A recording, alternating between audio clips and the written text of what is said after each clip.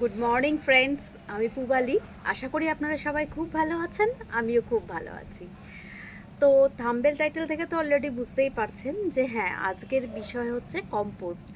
Actually এইটা হচ্ছে আমাদের ছাদ বাগানের একটা অত্যন্ত অপরিহার্য উপাদান আর কি। তো এই কম্পোস্ট জেনারেলি তিন ধরনের হয়। এক হচ্ছে কাউডাং কম্পোস্ট বা গোবর সার, আর একটা ভার্মি কম্পোস্ট, আর একটা হচ্ছে লিপ কম্পোস্ট বা পাতা পচা সার।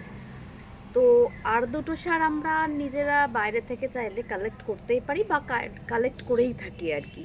কিন্তু লিপ কম্পোস্ট যেটা সবার লাস্টে বললাম, ওটা এখনও অবধি আমার নলেজে নেই যে ওটা বাইরে পাওয়া যায়। তো যাই হোক, ওটা করতে গেলে সেটা আমাদের নিজেদেরকেই তৈরি করে নিতে হবে আর কি আমাদের বাগানে। তো চলুন আজকে সেই সব বিষয় বিস্তারিত আলোচনা করা যাক যে এই কম্পোস্টগুলো কীভাবে ইউজ করলে সেটা আমাদের ছাদ বাগানের জন্য আরও অত্যন্ত উপকারী হয়ে উঠবে এবং দ্রুত কার্যকরী হয়ে আমাদের গাছগুলোকে গ্রো করতে সুন্দরভাবে সাহায্য করবে। তো চলুন দেরি না করে সেই সব বিষয় আজকে বিস্তারিত আলোচনা করা যাক। চলুন। তো প্রথমেই আমি যে কম্পোস্টটার কথা বলবো সেটা হচ্ছে কাউডাং কম্পোস্ট বা গোবর সার। দেখুন, এক্ষেত্রে এই তিনটে কম্পোস্টের মধ্যে আমি এটাকে সবথেকে বেশি গুরুত্ব দিই আমার বাগানের ক্ষেত্রে। তার কারণ প্রথমত এটা আমাদের এখানে অ্যাভেলেবেল, আমরা এটা সহজেই জোগাড় করতে পারি। আর দ্বিতীয়ত হচ্ছে আমি নিজে আমার গাছগুলোর ক্ষেত্রে ইউজ করে দেখেছি তিনটে কম্পোস্টকে কম্পেয়ার করে যে এটাই সবথেকে ভালো কাজ করে। তো এক্ষেত্রে ধরুন যেগুলো পার্মানেন্ট গাছ সেগুলোর ক্ষেত্রে তো আরও দুর্দান্ত কাজ করে। কেন বলবো, যে কোনো পার্মানেন্ট গাছ যখন আপনি রিপোর্ট করবেন, জাস্ট কিছু না, মানে যে সয়েল মিডিয়াটা রেডি করছেন তাতে 40% আপনারা প্লেন গার্ডেন সয়েল দিয়ে দিন, 40% দিয়ে দিন এই গোবর সার, আর 10% যে নর্মাল যে বাড়িঘর তৈরির যে হলুদ বালিটা হয় ওটা দিন, আর 10% কোকোপিট। এইটুকু উপাদান দিয়ে যদি গাছগুলোকে বসিয়ে দেন, দেখবেন দুর্দান্ত গতিতে গাছগুলো গ্রো করতে শুরু করছে। তবে হ্যাঁ, এক্ষেত্রে গোবর সারের ক্ষেত্রে সবসময় যে ব্যাপারটা খেয়াল করতে হবে বা খেয়াল করাটা জরুরি সেটা হচ্ছে গোবর সার মিনিমাম 1 বছরের পুরনো হওয়াটা কিন্তু খুবই জরুরি। মিনিমাম 1 বছরের পুরনো গোবর সার লাগবে। আর যেটা করবেন যে গোবর সার যদি কালেক্ট করে রাখতে পারেন তাহলে সেটা এমন জায়গায় স্টোর করবেন যাতে সেই সারটা ঝুরঝুরে তো অবশ্যই হবে, কিন্তু পুরো যেন ড্রাই না হয়ে যায়, একটু ময়েশ্চার ব্যাপারটা যেন থাকে। যদি এরকমভাবে সারটাকে রাখতে পারেন আর তারপর এইভাবে যেভাবে আমি বলছি সয়েল মিডিয়া রেডি করে যদি গাছগুলোকে করতে পারেন, তাহলে দেখবেন যে তার যা রেজাল্ট পাবেন এরপর অন্য কোনো কম্পোস্ট সারের দরকারই লাগে না। এছাড়াও ধরুন আমরা যখন যে কোনো মিশ্র জৈব সার যে রেডি করি, বাড়িতেও আমরা রেডি করে তৈরি করে তবেই গাছকে খাবার দিতে পারি, কোনো অসুবিধা নেই, আমি তো সেটাই করে থাকি। তো সেক্ষেত্রেও কিন্তু এই গোবর সারটা যদি কম্পোস্ট সারের জায়গায় ইউজ করা হয় তো তাতেও কিন্তু দুর্দান্ত রেজাল্ট পাওয়া যায়। আর কিছু না, যদি আপনি নর্মালি গোবর সার, আমি যেটা করে থাকি যে চারিদিকে যে কোনো বড় বড় যে গ্রো ব্যাগগুলো আমার আছে বা ছোট গ্রো ব্যাগে চারিদিকে যদি এমনি জাস্ট কিছুটা কিছুটা করে মাঝে মাঝে একটু ছড়িয়েও রেখে দেন, যে সবসময় কি হয় কাজের চাপ থাকে বা করে ওঠা সম্ভব হয় না গাছকে ঠিকমতো খাবার দেওয়া, তো জাস্ট একটু গোবর সার দিয়ে যদি রাখেন তাহলেও দেখবেন যে আস্তে আস্তে গাছ কিন্তু দুর্দান্তভাবে গ্রো করতে থাকবে। তো গোবর সার আমি বলবো এক প্রকার মানে একটা অপরিহার্য উপাদান ছাদ বাগানের গাছেদের জন্য। এবার যেটার কথা বলবো সেটা হচ্ছে ভার্মি কম্পোস্ট। দেখুন, ভার্মি কম্পোস্ট হচ্ছে কেঁচো সার। তো এটার ব্যাপার হচ্ছে যে এই যে ভার্মি কম্পোস্টটা প্রথমে বলি যে এটা যে রেডি করা হয়, এটা জেনারেলি রেডি করা হয় এই কিছুটা গোবর সার, কিছুটা প্লেন গার্ডেন সয়েল, তারপরে এই যে পাতা পচা যে জিনিসগুলো থাকে সেগুলো সব একটা জায়গায় স্টোর করে এবং স্টোর করার পর এর মধ্যে কেঁচো দিয়ে দেওয়া হয় এবং এর সাহায্যেই এগুলো আস্তে আস্তে ডিকম্পোস্ট হয়ে সারে পরিণত হয়। তো এই ভার্মি কম্পোস্ট তো 1 বছরের পুরনো বা অন্য রকম কোনো কন্ডিশন থাকবে তবে সেটা ইউজ করা যাবে এরকম কোনো ব্যাপার থাকে না, কারণ এটা একদম তৈরি হয়েই আসে মার্কেটে। কিন্তু এক্ষেত্রে একটা প্রবলেম এখানেও থাকছে, সেটা হচ্ছে এটাই যে এই অরিজিনাল ভার্মি কম্পোস্ট পাওয়াটাই দুষ্কর। কারণ বাজারে চটজলদি যে ভার্মি কম্পোস্টগুলো বিক্রি করছে তাতে বেশিরভাগই প্লেন গার্ডেন সয়েল দিয়েই এদিক ওদিক করে মিক্স করে দিয়ে দেয়, ওরা অরিজিনালি আর অন্য উপাদানগুলো মিক্স করে না খুব একটা। তো যে কারণে ভার্মি কম্পোস্ট গাছে দিলে সেই রকম মানে মনের মতো রেজাল্ট পাওয়া কিন্তু যায় না সব সময়।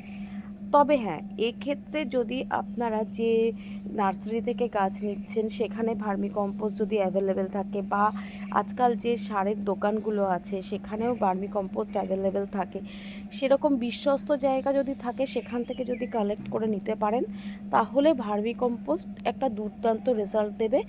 এবং ওই যে বললাম যে এই ক্ষেত্রেও ভার্মি কম্পোস্টও কিন্তু অনেক মানে বেশিরভাগ ক্ষেত্রে আপনাদের যদি খাবার দেবার প্রবলেম থাকে, যেমন আমি একটু আগে বলছিলাম যে গোবর সার চারিদিকে যদি ছড়িয়ে রেখে দেন তাহলে সেক্ষেত্রে দুর্দান্ত কাজ করে, কোনো অসুবিধা হয় না, চটজলদি খাবার হিসেবে এটা দেওয়াই যায়। সবসময় আমরা হাড় গুঁড়ো শিংকুচি সব কিছু দিয়ে একটা কম্প্যাক্ট খাবার রেডি করে দেব সেরকম সময় সুযোগ অনেক সময়ই হয়ে ওঠে না।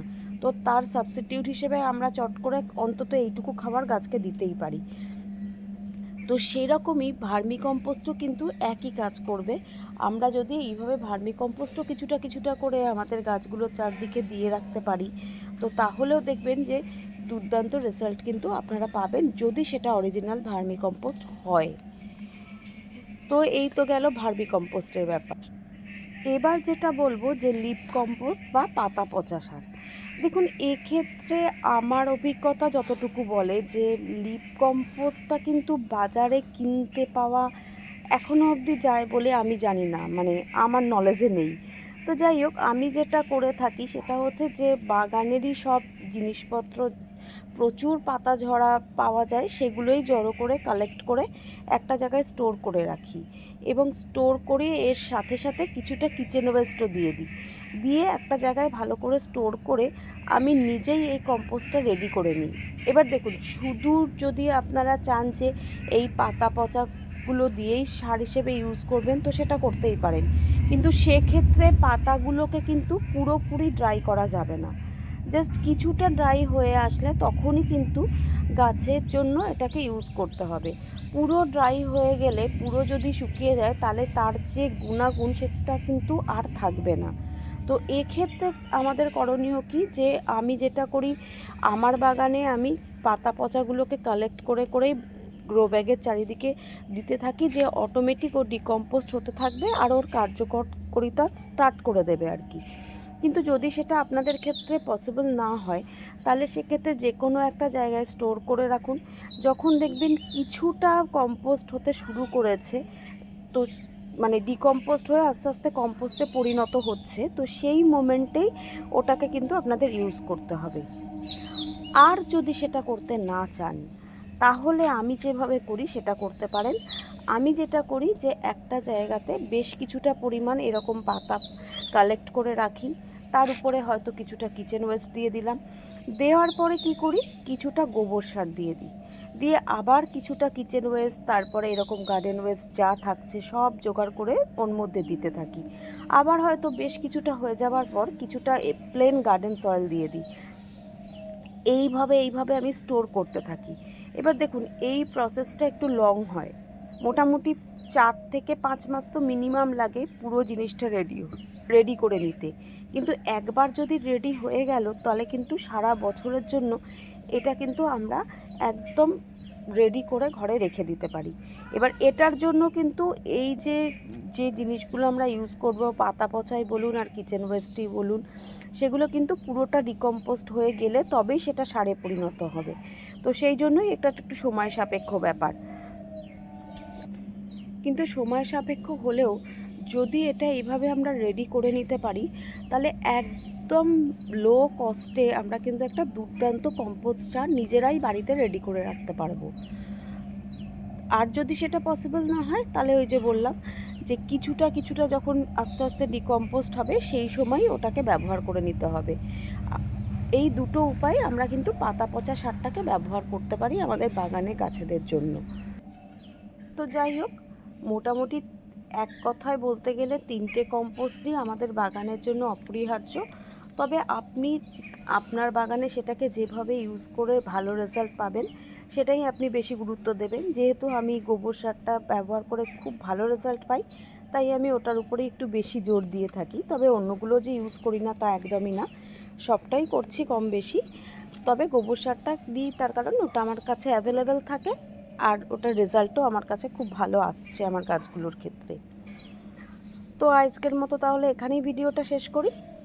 যদি আপনাদের ভালো লেগে থাকে তাহলে অনেক অনেক ভালোবাসা দিয়ে আমার পাশে থাকবেন, আর একটু লাইক আর শেয়ার অবশ্যই করে দেবেন। আর যারা আমার নতুন বন্ধু আছো বা আছেন তাদেরও যদি ভিডিওটা ভালো লাগে, যদি ইনফরমেটিভ মনে হয়, তাহলে প্লিজ চ্যানেলটা সাবস্ক্রাইব করে বেল আইকনটা প্রেস করে দিও। খুব তাড়াতাড়ি আবার একটা নতুন ভিডিওর সাথে দেখা হচ্ছে। আজকের মতো তাহলে বিদায়, টাটা।